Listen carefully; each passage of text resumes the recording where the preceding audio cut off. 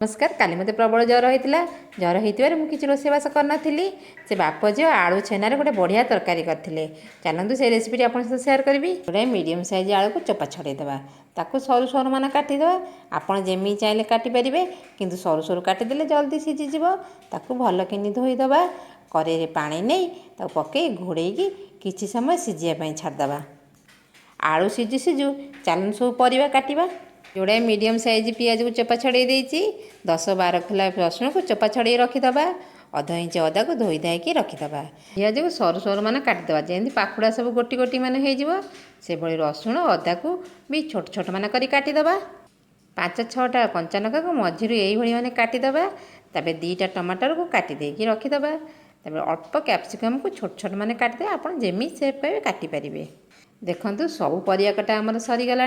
एथर तरकारी प्रिपेरेसन करवा। देखंतु आलू सीझीगला तार गोटी गोटी मान काढ़ीदे। ताकू ठंडा कर पटर मसले भल भाव में चकड़ीदेवे जमी गोटे हेले भिंडा न रही।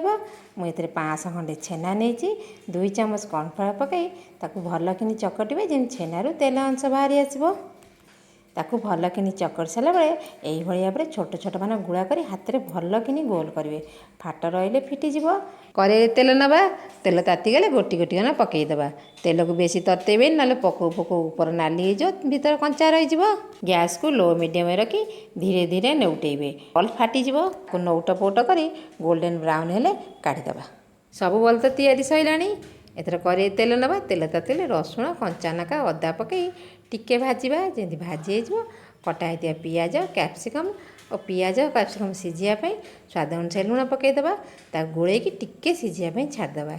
सीझीगला टमाटर पकई भल भाव में गोलई दी कि समय छाड़द जमी टमाटर सीझीज। देखो टमाटर भी सीझीगला। गुंड मसला अध चामच खंडे गरम मसला चामच धनिया गुंड पकई। आपन जदि बेसी नका खाते नका गुंड पकईबे। ताकू भल कि गोलई पानी देदेबा। पानी जमी फुटीज अध चामच सोया सस दे गोलई कर बॉल को से पकईदे। बॉल पकई सारा बेसी घाटे न बॉल फाटिज। देखो ये तरकारी हो गला। गरम गरम रुटी कि नान सहित खाए बढ़िया लगे। कि मो चैनल को सब्सक्राइब करेंगे रेसिपी की लाइक करें शेयर करें जम्मा भूलें। बाय।